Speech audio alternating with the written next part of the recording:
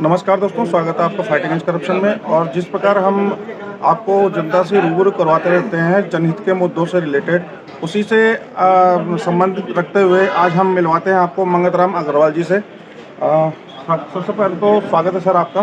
धन्यवाद जी। आप क्या मानते हैं कि कोटद्वार गढ़वाल का और पर्यटन का विकास किस प्रकार करना चाहिए यहाँ कोटद्वार से?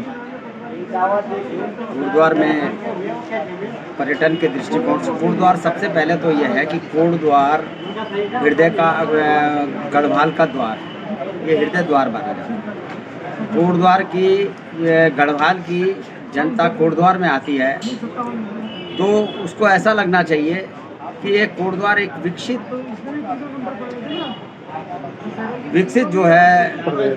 प्रदेश के रूप में जो है इसको स्थापित हो।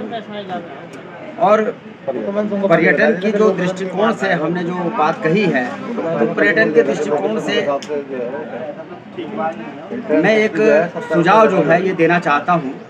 पर्यटन के दृष्टिकोण से कई सारी चीज़ें हैं, लेकिन मैं एक सुझाव देना चाहता हूँ। पहले जो है जो यात्राएं, 4 धाम की यात्रा होती है वो हरिद्वार से आरंभ होती है, और हरिद्वार से आरंभ होने के बाद वो 4 धाम करने के बाद उसको पौड़ी से कोटद्वार से उसको डाइवर्ट कर दिया।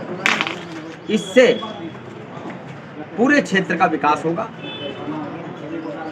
और पर्यटन का पूर्ण लाभ सबको मिलेगा, पूरी जनता को लाभ मिलेगा। एक दूसरा, जो कर्ण नगरी कर्ण आश्रम है, इसके विकास की बात हमारे प्रत्याशी माननीय बलूनी जी ने भी स्वीकार करी है।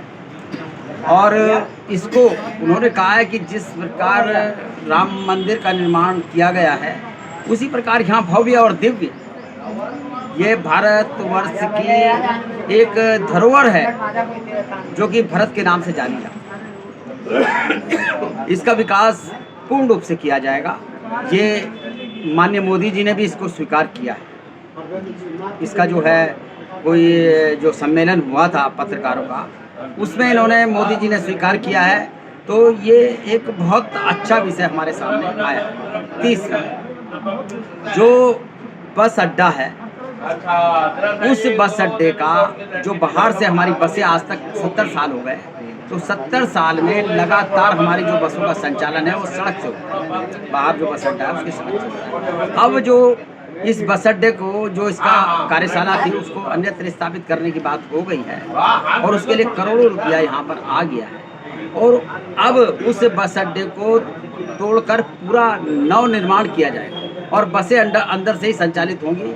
इससे पूरी गढ़वाल की जनता को लाभ होगा। तीसरी बात इसके अंतर्गत एक और, जो बस अड्डा है इससे लगा हुआ रेलवे स्टेशन है, जो पुराना रेलवे स्टेशन है उसको भी ध्वस्त कर दिया गया है, और वहाँ पर एक नया दिव्य भव्य रेलवे स्टेशन का निर्माण, जिसमें कि माननीय मोदी जी द्वारा 354 रेलवे स्टेशनों का एक साथ वर्चुअल मीटिंग से उद्घाटन किया गया था। और इसमें एक और बात यहाँ पर, जिसका हम कई वर्षों से जो ओवरब्रिज के निर्माण की मांग कर रहे थे, वो ओवरब्रिज का निर्माण भी होगा। इससे काशीरामपुर की जनता को, लकड़ी पड़ाव की जनता को सीधा जोड़ा जा सकता है। और सर, ये जो मोटरनगर का जो गड्ढा है, विगत काफ़ी वर्षों से ये गड्ढा ही रह गया, जबकि प्रस्तावित ये बस अड्डे के लिए हुआ था। क्या मानते हैं कि कितना अभी इंतज़ार करना पड़ेगा जनता को? और ये जो आज मोटरनगर का जो बस अड्डा है, इससे जनता को बड़ी आशाएं बंधी थी, और ये जब यहाँ पर नगर पालिका में माननीय शशि नैनवाल जी नगर पालिका अध्यक्ष थी, उस वक्त इसका निर्णय किया गया था कि इस बस अड्डे को निर्माण किया जाए। कंपनी है जो गाजियाबाद की कंपनी थी, उसको इसका ठेका दिया गया। तो उन्होंने यहाँ के कुछ लोगों को इसका ठेका दिया था, तो तब से ये इसका केस जो है कोर्ट में लंबित है। तो ये जब कोर्ट से केस आ जाएगा तो इस गड्ढे का भी निर्माण किया जाएगा। इसी संबंध में एक मालन पुल भी है जो काफ़ी महीनों से, विगत 8-9 महीनों से ऐसे धराशायी पड़ा हुआ है। क्या कार्रवाई उसमें होगी, जबकि भूमि पूजन भी हो चुका है? काम कब से शुरू होगा और किस प्रकार वो काम हो जाना चाहिए, आप क्या मानते हैं? जो मालन का पुल है उसके लिए 26.5 करोड़ रुपया यहाँ पर आ गया है, और जो माननीय विधायिका जी द्वारा अभियंता से बात हुई है, उन्होंने उसको निर्देशित किया है कि इसको तत्काल जितनी जल्दी हो सके इसका निर्माण करें। और इसका निर्माण मेरे ख्याल आरंभ हो गया है। आज के डेट पे उसका निर्माण आरंभ हो गया है। वो जो पिलर वगैरह सब उसमें वहाँ बनने जा रहे हैं। और इसके आवागमन को हमने ये भी माननीय विधायिका जी से जो है अनुरोध किया था कि इसका आवागमन ना रुके, लगातार जारी रहे और इस पुल का निर्माण करने के लिए कटिबद्ध हैं। मूल निवास और भू कानून को किस हद तक जरूरी मानते हैं आप उत्तराखंड के परिप्रेक्ष्य में? मूल निवास तो एक बहुत महत्वपूर्ण विषय है। तो मूल निवास में जो इसका सरलीकरण होना चाहिए। मूल निवास का सबसे बड़ी बात तो यह है कि मूल निवास का सरलीकरण होना चाहिए। उसमें 15 साल 20 साल अभी सन 85 से उसमें मूल निवास की बात कही गई है। तो उसमें मैं समझता हूँ कि मूल निवास को अन्यथा ना लेकर एक सरलीकरण उसमें 20 साल 25 साल 30 साल जो भी एक उसका तय होना चाहिए और उस स्तर पे उसको फाइनल करके और जनता को उसको सबको लाभ देना चाहिए। जो लोग यहाँ पर 30 साल से रह रहे हैं उनको मूल निवास निर्गत होना चाहिए, वो किसी भी जाति के हों। और भू कानून का जो है उसके लिए भारतीय जनता पार्टी विरोध में नहीं है। भू कानून के हम पक्ष में हैं। तो जो भी निर्णय होगा वो पार्टी वाले करेंगे। इस बार सांसद प्रत्याशी आप किसको चुनेंगे अपना? हमारा जो सांसद प्रत्याशी है वो माननीय अनिल बलूनी जी को यहाँ पर प्रत्याशी बनाया गया है।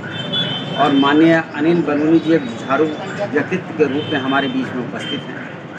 और उनका जो व्यक्तित्व है साफ सुथरा है।